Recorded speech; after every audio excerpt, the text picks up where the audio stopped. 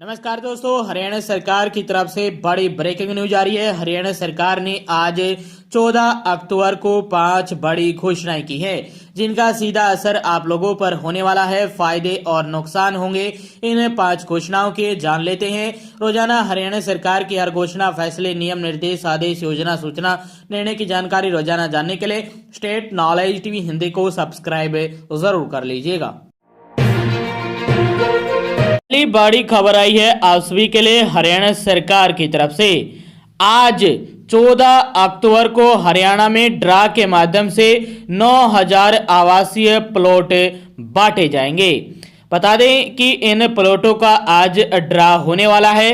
ग्राम पंचायतों में आवंटित किए जाएंगे 100 गज के प्लॉट और आज इनका ड्रा निकलेगा। जी हां, आज आपका लकी ड्रा होने वाला है। प्रदेश सरकार मुख्यमंत्री ग्रामीण आवास योजना 2.0 यानी 2 के तहत आज मंगलवार को 9000 आवासीय प्लॉट बांटेगी। हाउसिंग फॉर ऑल विभाग यह प्लॉट उपलब्ध कराएगा। प्रदेश के 15 जिलों की 145 ग्राम पंचायतें और महाग्राम पंचायतों में यह प्लॉट ड्रा के माध्यम से दिए जाएंगे। हाउसिंग फॉर ऑल विभाग की तरफ से दूसरे चरण में यह प्लॉट उपलब्ध कराए जा रहे हैं। मंगलवार को भिवानी, फरीदाबाद, फतेहाबाद, हिसार, झज्जर, कैथल, करनाल, कुरुक्षेत्र, नारनौल, नूंह, पानीपत, रोहतक, सिरसा, सोनीपत, यमुनानगर जिले की पंचायतों के लिए ड्रा निकाले जाएंगे। संबंधित जिलों की 145 ग्राम पंचायतों के लिए 100 गज के आवासीय प्लॉट उपलब्ध कराए जाएंगे। इसी तरह से 50-50 गज के आवासीय प्लॉट महाग्राम पंचायतें सतनाली और मलाब के पात्रों को भी ड्रा के माध्यम से दिए जाएंगे। तो ये बड़ी खबर आई है। ड्रा के लिए तय हो चुके हैं स्थान, यानी जहां पर आपका ड्रा निकाला जाएगा वो स्थान भी तय हो चुका है। आप वहां चले जाइएगा। बता दें कि संबंधित जिलों में उपायुक्तों और जिला परिषदों के मुख्य कार्यकारी अधिकारी की तरफ से जिलों में ड्रा के लिए स्थान तय हो चुके हैं। हाउसिंग फॉर ऑल ने जो आवेदन जांच में सही पाए गए उनके सत्यापन का कार्य पूरा कर लिया है। पहले चरण में कुछ ही पंचायतों को चुना गया था। मुख्यमंत्री आवास योजना 2.0 के तहत दूसरे चरण में अब प्लॉट आवंटित किए जा रहे हैं। जिन आवेदकों की वार्षिक आय 1,80,000 रुपये थी, उन्हें इस योजना में शामिल किया गया है। हाउसिंग फॉर ऑल की तरफ से कहा गया है कि पात्र लाभार्थियों को योजना का लाभ पाने को लेकर कोई अड़चन है तो वह संबंधित जिलों के जिला परिषद कार्यालय में संपर्क कर सकते हैं। इसके अलावा हाउसिंग फॉर ऑल के मुख्यालय में संपर्क करें 0172 25 85 85 2 पर जानकारी ली जा सकती है। तो आप सभी के लिए अच्छी अपडेट आने वाली है। आज हरियाणा में जो गरीब परिवार हैं जिनकी सालाना इनकम 1,80,000 रुपये से कम है और उन्होंने मुख्यमंत्री आवास योजना के लिए आवेदन किया था, उनकी वेरिफिकेशन कर दी गई है विभाग द्वारा।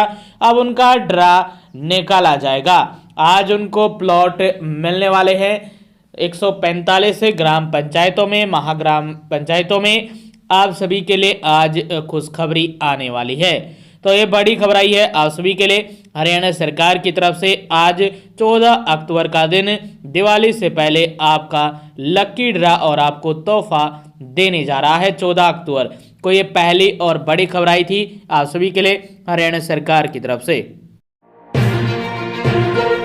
दूसरी महत्वपूर्ण बड़ी खबर आई है। हरियाणा सरकार ने नमो भारत ट्रेन के पहले फेज में दिल्ली से रेवाड़ी के बावल तक रूट को मंजूरी दे दी है। पहले केवल दिल्ली से धारूहेड़ा तक की इस ट्रेन के संचालन की अनुमति थी, लेकिन अब बावल तक विस्तार से यात्रियों को काफी लाभ होगा।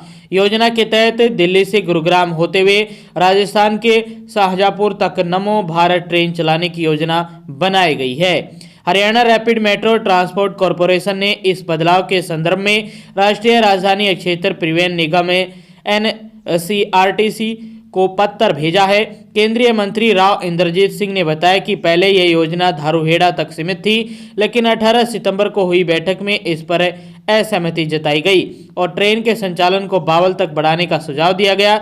उन्होंने केंद्रीय मंत्री मनोहर लाल खट्टर को भी पत्र लिखा था, जिसमें उन्होंने कहा कि ट्रेन का संचालन हरियाणा राजस्थान सीमा पर स्थित बावल तक किया जाना चाहिए। तो ये बड़ी खबर है। डॉक्टर चंद्रशेखर खरे ने एनसीआरटीसी को पत्र लिखा। राव इंद्रजीत सिंह की आपत्ति के बाद 26 सितंबर को एचएमआरटीसी के प्रबंधन निदेशक डॉक्टर चंद्रशेखर खरे ने एनसीआरटीसी को पत्र लिखकर नमो भारत ट्रेन के संचालन को धारूहेड़ा की बजाय बावल तक बढ़ाने की मंजूरी दी। पत्र में बताया गया कि इस निर्णय पर विचार विमर्श के बाद सरकार ने सहमति व्यक्त कर दी है। डॉक्टर चंद्रशेखर खरे ने पत्र में यह भी स्पष्ट किया कि फिलहाल ट्रेन का संचालन केवल बावल तक होगा और अगर भविष्य में बावल से आगे विस्तार किया जाता है तो इसका खर्च हरियाणा सरकार वहन करेगी। बावल हरियाणा का एक महत्वपूर्ण औद्योगिक क्षेत्र है, इसलिए यहाँ यात्रियों की संख्या अधिक रहती है।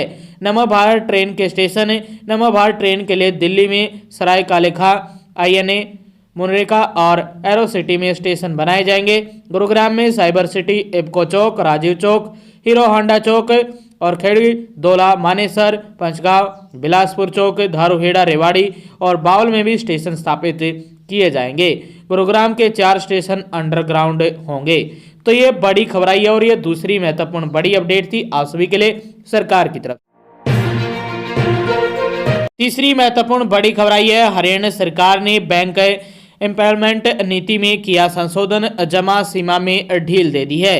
बता दें कि हरियाणा सरकार ने राज्य में सरकारी लेन देन का काम करने वाले बैंकों की पैनल में शामिल करने यानी एम्पैनलमेंट संबंधी नीति में महत्वपूर्ण बदलाव किए हैं। मुख्य सचिव अनुराग रस्तोगी, जिनके पास वित्त विभाग के अतिरिक्त मुख्य सचिव का दायित्व भी है, द्वारा इस संबंध में संशोधन दिशा निर्देश जारी किए हैं। संशोधित नीति के अनुसार वित्त विभाग ने उन बैंकों के लिए 50 करोड़ रुपए की जमा सीमा समाप्त कर दी है जिन्हें पहली बार सरकार के साथ एम्पैनल किया गया है।